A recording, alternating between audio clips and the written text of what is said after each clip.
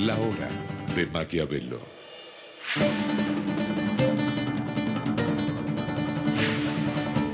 Para conocer a los que están detrás del poder.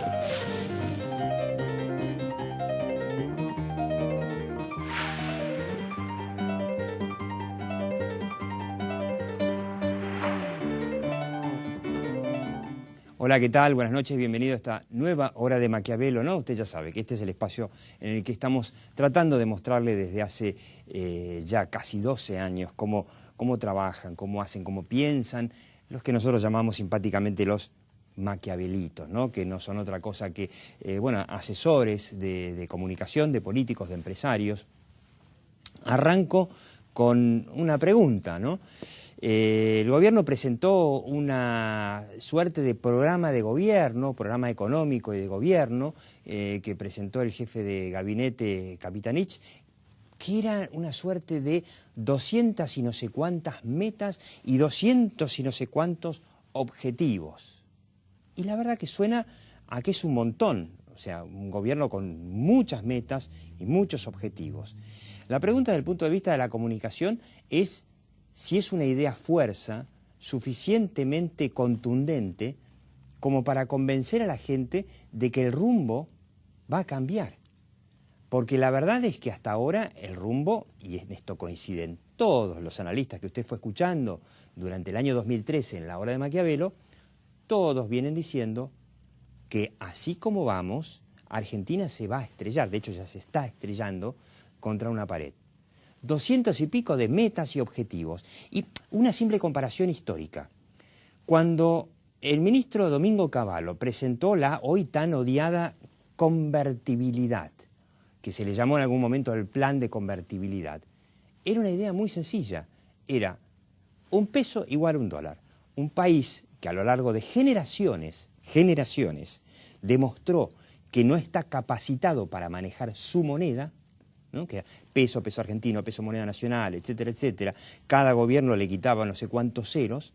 Generaciones de argentinos dirigentes que no pudieron mostrar una mínima capacidad o ganas de administrar una moneda. Bueno, la convertibilidad fue una solución a eso y después fue acompañada, por supuesto, por una serie de medidas, privatizar para que el déficit del Estado, que es en definitiva lo que llevó a la inflación durante décadas y décadas, bueno, bajara. Lamentablemente todos sabemos cómo terminó la política que gobernaba en ese momento, o sea, Carlos Menem se sobreendeudó hasta el punto en que nadie le quiso prestar más y todo cayó. Pero la idea fuerza de la convertibilidad, un peso, un dólar, y todo lo que tenía que ver alrededor de eso, fue una idea fuerza tremenda. 200 metas, objetivos, que no queda claro por qué metas y objetivos y si no es más o menos lo mismo, ¿tienen fuerza? ¿Podrán funcionar? Y la pregunta que venimos haciéndonos aquí en la hora de Maquiavelo desde hace varias semanas, observando cómo el gobierno, cómo el gobierno gestiona o no gestiona en realidad lo que está pasando en la Argentina, precios, saqueos, cortes de luz, crisis de todo tipo, es el gobierno puede llegar a 2015 así, el gobierno quiere llegar a 2015, no te vayas, quédate en esta hora de Maquiavelo. La hora de Maquiavelo.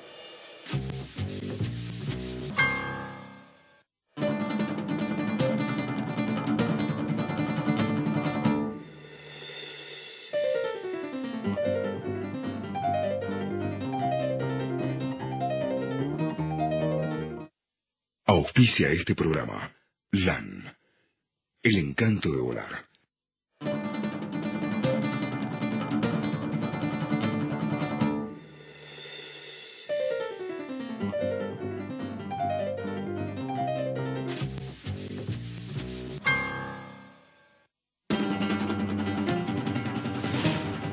La hora de Maquiavelo. Bueno, la hora de Maquiavelo sobreviviendo en este arduo verano, por si no se lo dije, feliz 2014, o que le sea lo más leve posible. Estamos con Guillermo Willy Cohen, colega, experto en economía. Usted lo escucha todas las mañanas, muy tempranito, por Radio Mitre, y también, por supuesto, en FM Radio Cultura, ¿no? Con Somos Nosotros a la tarde, que ahora va de 7 a 8 de lunes a viernes, ¿no es cierto? Sí, señor. Feliz año. Segunda temporada en Radio Cultura. Segunda temporada en Radio Cultura, exactamente. En el regreso. Al igual que La Hora de Maquiavelo. Sí, señor. Roberto Starke, que me prohíbe decir que es él, vamos a decir, por lo menos uno de los mejores consultores de empresas y políticos, especialmente experto en comunicación, simplemente para arrancar. ¿Qué les parece esto de las 200 y pico de metas, 200 y pico de objetivos como idea para cambiar un poco el rumbo, devolver un poquito de expectativa a la población? Sí. Yo creo que estoy en el mejor lugar porque estoy con dos expertos en temas de comunicación y en realidad les devuelvo la pregunta a ustedes, porque aquí me parece que se derrumba la gran sanata de la comunicación. ¿En qué sentido lo digo? Hay un montón de maquiavelitos que te van a estar... Claro, pero ¿qué es lo que prometió Jorge Capitanich a la presidenta Cristina Kirchner? Déjame a mí, yo sé comunicar, yo voy a hablar con los periodistas todos los días, vamos a pacificar el tema, yo sé comunicar. ¿Qué es lo que se ha demostrado, me parece, en estas últimas semanas? Que a pesar del gran esfuerzo de Capitanich... Que lo hizo, Cuando vos no tenés nada que comunicar y cuando además la realidad se te viene encima de la forma tan evidente, digamos, que es decir, de la manera en que se derrumbó el relato en prácticamente los últimos 60 días, la gente ya sabe, el tema de la luz, la aceleración inflacionaria, el nombramiento de Milani, Cristina con Moria Kazan y la hija festejando, faltaba Graciela Alfano y Macera, ¿te das cuenta? Es decir, claro, por eso te digo, entonces esa es la pregunta y no hablo más. Cuando vos tenés esa situación, ¿qué tenés que ser no lo contratás a Bobby Stark y no te salvás? O sea, ¿cómo resolvés ese problema por mejor comunicador que seas? Y esto me parece que es el problema que tiene el gobierno. Tanto es así que Cristina finalmente está, de alguna manera, refugiada en el Calafate, ni siquiera con capacidad de saludar por el fin de año, digamos. Ante la realidad, por mejor relato y mejor comunicador. No, Willy, tenés toda la razón del mundo. Vos ves que un experto en comunicación, ¿cómo lo ves a Capitanich? A ver, habla, hace conferencia de prensa, pero... Sí, pero no es cuestión de conferencia de prensa esto. A ver, me parece a mí que acá estamos en una crisis política muy profunda. Entonces, las crisis políticas no se resuelven con comunicación. La comunicación ayuda y en todo caso es una herramienta para enfrentar la crisis política. Ahora, creer que la comunicación va a tapar la crisis política, me parece a mí que están errando el vizcachazo.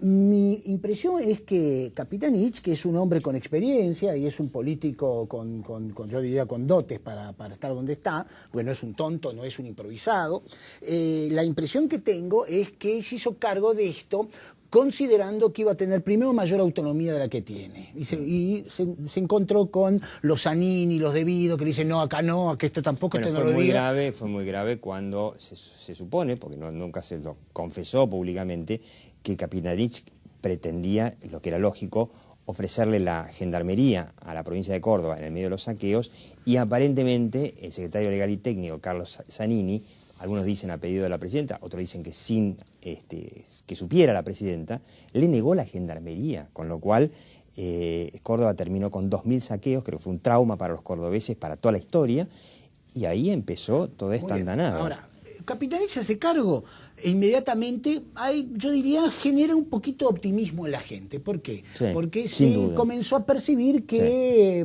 de alguna forma se estaba gobernando. Veníamos de Abalmedina también. Veníamos de Abalmedina, veníamos de ella convaleciente y enferma, etcétera, etcétera. Un vacío de poder importante. Bueno, viene Capitanich, lo remueven a Moreno, simbólicamente. Fue muy fuerte eso potente, en su momento. ¿no? Sí, o sea, sí. Muy bien. Ahora bien. Repsol, anuncian el acuerdo con Repsol. Anuncian el acuerdo acuerdo con Repsol y Kicillof sale a buscar dolarcitos, el marxista-leninista sale a buscar dólares al mercado internacional, financiero internacional.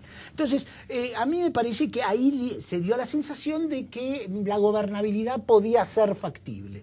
Pero eso todo se hizo añicos con, primero, la sedición de la policía, segundo, la reacción de los gobernadores, tercero, la crisis energética, cuarto, la estampida de precios, quinto, un acuerdo de precios que ya vemos que el colchón que han hecho los empresarios es tal que me parece que el acuerdo de precios no va a tener mayor objeto. Primero subo, después congelo, total. Si creen que esto pueden llegar a, de alguna forma, amortiguarlo, no digo solucionarlo, amortiguarlo, anunciando una serie de objetivos y metas, diferenciando metas y objetivos en función de los plazos que van a aplicar cada cosa, a mí me parece que tienen la brújula desmagnetizada. Y mi impresión es que no van a lograr más que lo que han logrado. Es decir, 2 o 3 cañitas voladoras que no terminan de ser fuego de artificio. La pregunta que le hacemos acá a todo aquel que pasó en las últimas semanas, porque desde que, como contaba Roberto Starke, hace varias semanas que el gobierno está perdiendo el rumbo, como dice Roberto Starke, se le desmagnetizó la brújula. Hacemos la pregunta, puede ser antipática, si el gobierno está en condiciones, puede o quiere llegar así al 2015. Bueno, yo creo que ahí la economía vuelve a tener un tema gravitante porque, como perfectamente Bobby estaba describiendo, entre, digamos, las desilusiones que hubo, además del caso Córdoba, o si querés el caso de la policía, que si bien reconoce cuestiones económicas como la inflación, pero bueno, podemos decir que son cuestiones, si querés, ajenas a lo que ya venía ocurriendo, que era el fracaso del modelo económico. Es decir, aquí el gobierno viene de perder las elecciones, viene de un cepo cambiario fracasado, viene de una pérdida de reservas muy violenta. Es decir, no en vano la presidenta, después de saludar con el perrito, removió a todo el equipo económico. Sí. Se fue Guillermo Moreno, se fue Mercedes Marco del Pont, se fue Hernán Lorenzino, se lo blanqueó a Kicillof, que era de alguna manera, bueno, parte de ese equipo económico algo fracasado, digamos, y en ese sentido, ¿qué es lo que pasa? Después de 45 días, la inflación se ha duplicado, es decir, estábamos en un ritmo de inflación de 1,5, 2% al mes, que era una salvajada, sí, y ahora estamos en el doble de eso, estamos en una inflación del orden del ya 3% al mes. Estamos en inflación tratando de alcanzar a Venezuela. La inflación anualizada, por supuesto que la inflación del 2013 puede haber sido 27, 28, 25, 30, lo que... Ahora, si se hace la inflación anualizada de noviembre y diciembre, de lo que puede venir enero, ya estamos con una inflación de casi el 50 al año. Entonces, en alguna medida, acá también hay una cuestión que es este modelo económico o los ajustes que se intentaron, acelerar la devaluación del dólar oficial, el impuesto a los autos, este acuerdo de precios, digamos. Y todavía no vino la quita de subsidios a la energía, por eso, transporte. Digamos, entonces, ese modelo económico es sostenible.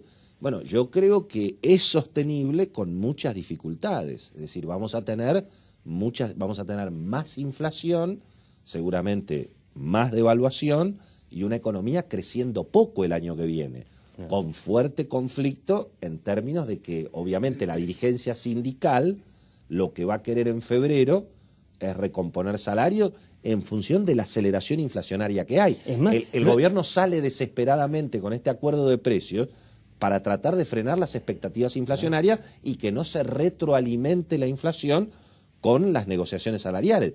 Pero, insisto, creo que, digamos, tenemos por delante un enero y un febrero complejo en materia financiera, en materia de economía real, y yo te diría que los próximos 60 días, y bueno, desde mi punto de vista van a ser decisivos para ver cómo el gobierno de alguna manera llega eventualmente al 2015, ¿no es cierto? Creo que los próximos 60, 90 días son fundamentales.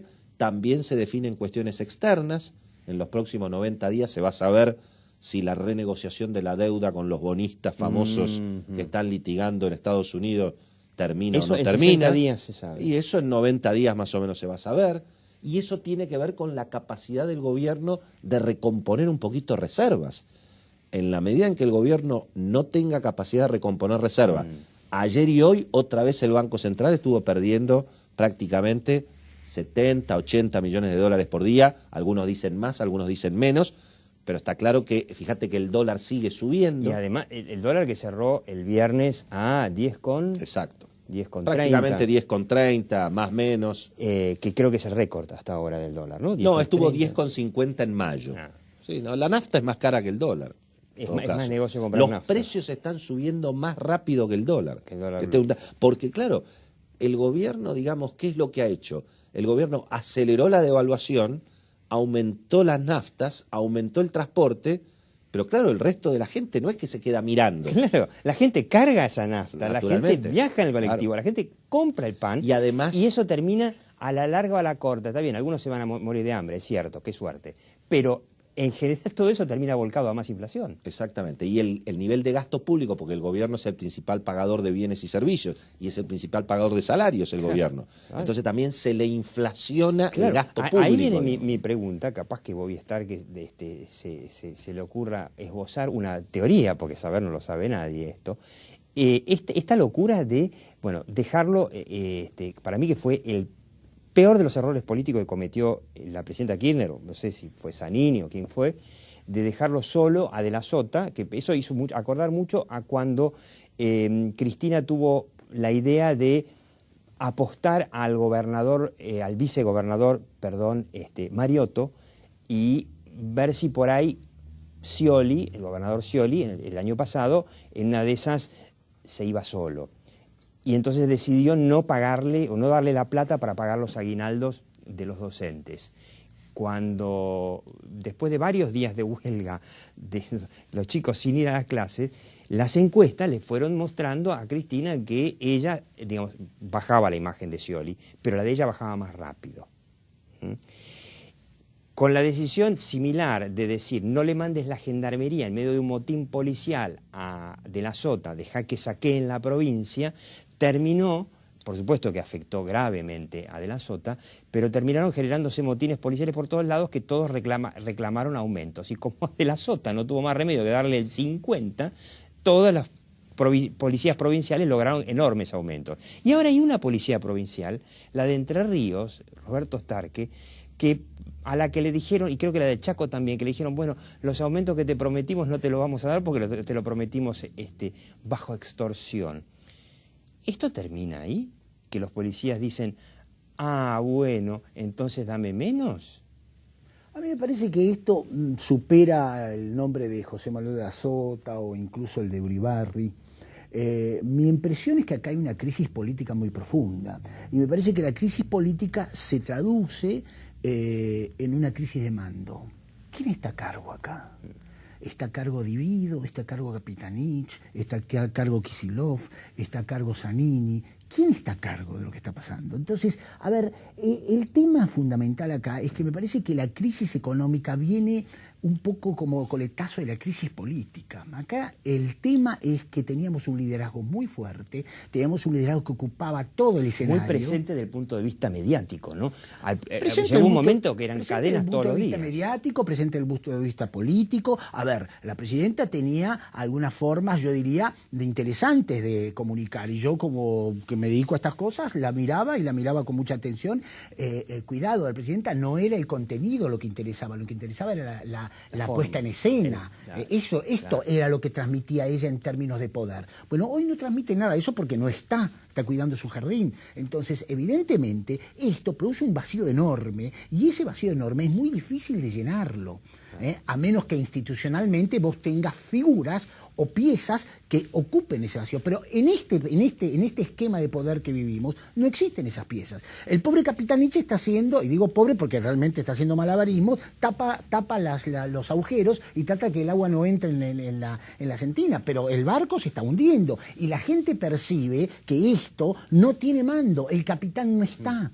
Entonces, en esta situación hace, y me parece que esto lleva un poco al al relato de Willy, en términos de lo que significa la economía, la gente lo que mira es una enorme incapacidad de decidir y al mismo tiempo eso le resta confianza y le da una enorme incertidumbre. Nosotros teníamos una población relativamente optimista hace 3 meses atrás y hoy tenemos un enorme pesimismo social, La gente no sabe qué va a pasar en enero y febrero. Acá mostramos entonces hace un par de me programas, parece a mí que, y uno puede decir, bueno, la gente en el fondo un poco son, no son los protagonistas centrales. No, lo que me refiero con la gente es los tipos que toman decisiones en torno a la inversión, la plata, los dólares, si compro, no compro, aumento el precio o lo bajo. En fin, toda esa gente que son la que toma decisiones y que esas decisiones repercuten sobre todos los ciudadanos en general, bueno, esa gente está en la incertidumbre,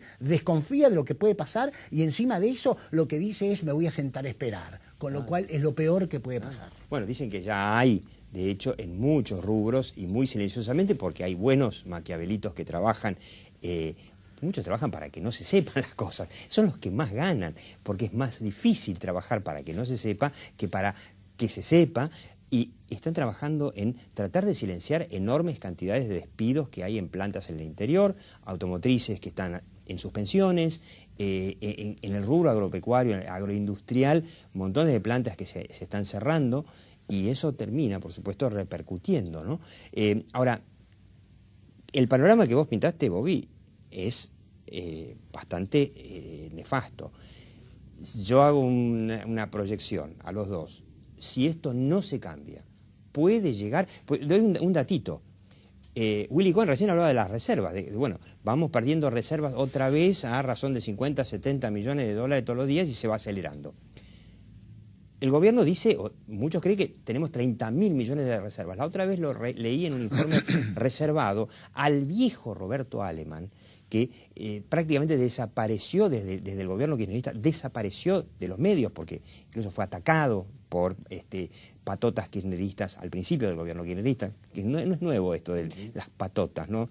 Recordemos que ya venía de 2003, y que él calcula que las reservas reales, con las que cuenta realmente para manejar la cotización del dólar, el gobierno, son de 8.000 millones.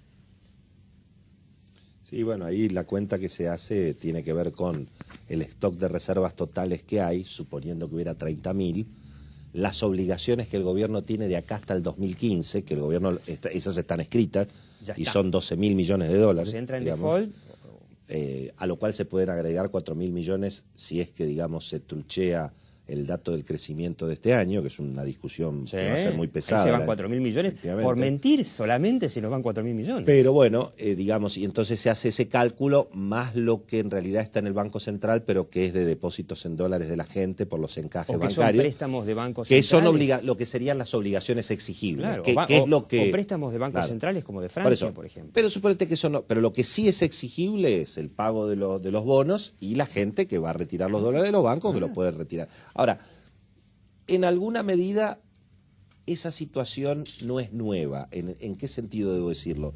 Esa cuenta no es nueva y esa crisis de reservas efectivamente está entre nosotros. Ahora, la corrida ya ocurrió.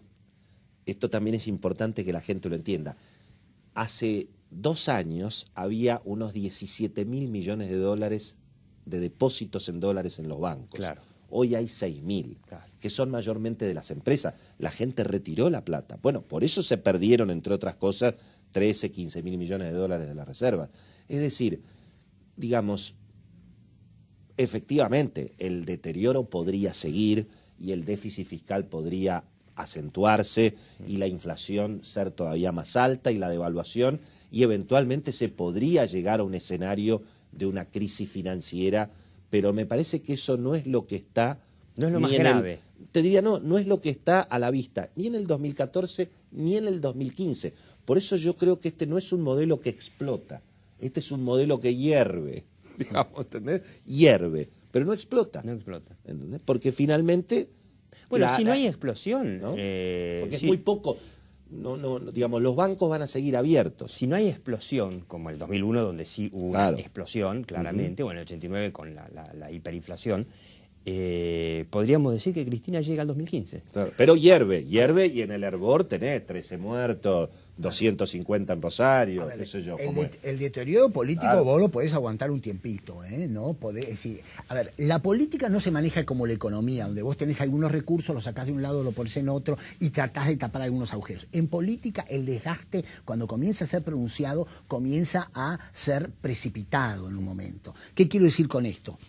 Los actores políticos comienzan a moverse. Todo el mundo se está reacomodando. ¿Cómo está la a imagen ver, de cuando Cristina? uno lo Es un escucha a Miguel dato. Pichetto hacer responder el reportaje de perfil el otro día, evidentemente está en un reposicionamiento. Dice algunas cosas muy duras, Miguel Pichetto. Sí, o Quizás dijo iba que a decir, votaba una ley de Cristina, pero la votaba pidiendo que la Cámara, desde el Senado, pidiendo que la Cámara de Diputados vote en contra. Sí, pero este reportaje fue posterior a eso. Sí, sí, Entonces, lo que doy el ejemplo de Miguel Pichetto, porque me parece que no solamente es un político con experiencia, sino que al mismo tiempo un es un hombre, clave para el con gobierno. una enorme trayectoria, sino que es un hombre clave dentro de lo que es el Senado y dentro de lo que es el aparato del kirchnerismo que maneja el poder en general. Muy bien, lo que me parece a mí es que en términos políticos, el peronismo lo que está mirando es que esta crisis de gobernabilidad le está pasando a ellos, cuando en realidad antes le pasaba a los radicales solamente. Con lo cual muestra que el desgaste ya llega a todas las fuerzas. Me parece que acá van a pasar el sabó de nuevo por la mesa, aquellos que nos gustan algunas de estas cosas, y van a empezar a repartir las cartas de nuevo, y todo el mundo se va a sentar en la mesa para ver en qué posición está. Y esto equivale a un enorme desgaste político.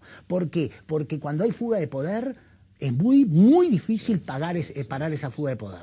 Sí, es sí, muy una de difícil las cosas, hacerlo. ahora para terminar, una de las cosas que van a empezar a mirar los mismos políticos van a hacer, por ejemplo, las encuestas de imagen de Cristina. La Pero última... mirá, perdón, se va a dar algo interesante, digo, como teoría, ¿no? Porque ¿qué es lo que hemos visto en el pasado en la Argentina? Que cuando había fuga de poder político, crisis de esta naturaleza, bueno, venía la corrida económica. Claro. Todo el mundo a vender, a salir. Como vos dijiste. Claro, pero en este caso puede ocurrir algo curioso, que es que, digamos, la fuga del poder termina Traiga inversiones. Claro, termina Claro. entusiasmando al mundo Claro. económico. Que algo de eso, Claro, algo está de eso pasando. ocurrió. Y algo Es está decir, el pasando hecho de de eso. que Cristina no siga, Claro. bueno, eso ha generado cierta expectativa y eso puede Recordemos. amortiguar la crisis. En octubre, Es como- cuando perdió el gobierno contundentemente las elecciones, en agosto, ya En las con primarias, las PASO, claro. ya con las PASO, la bolsa empezó a subir.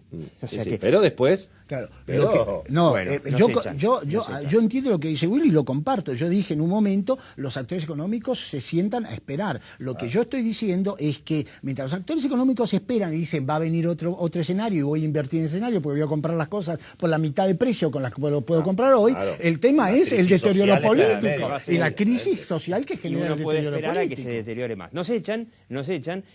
Nuevamente le agradezco a Willy Cohen y a Roberto Starke, que reitero, no puedo decir que es uno de los mejores consultores políticos y de empresas en materia de comunicación, y yo le digo, como siempre, ¿no? Lo espero en la próxima hora de Maquiavelo, aquí por Metro los domingos a las 22, y usted sabe que nos tiene en FM Radio Cultura los miércoles a las 20. Chau.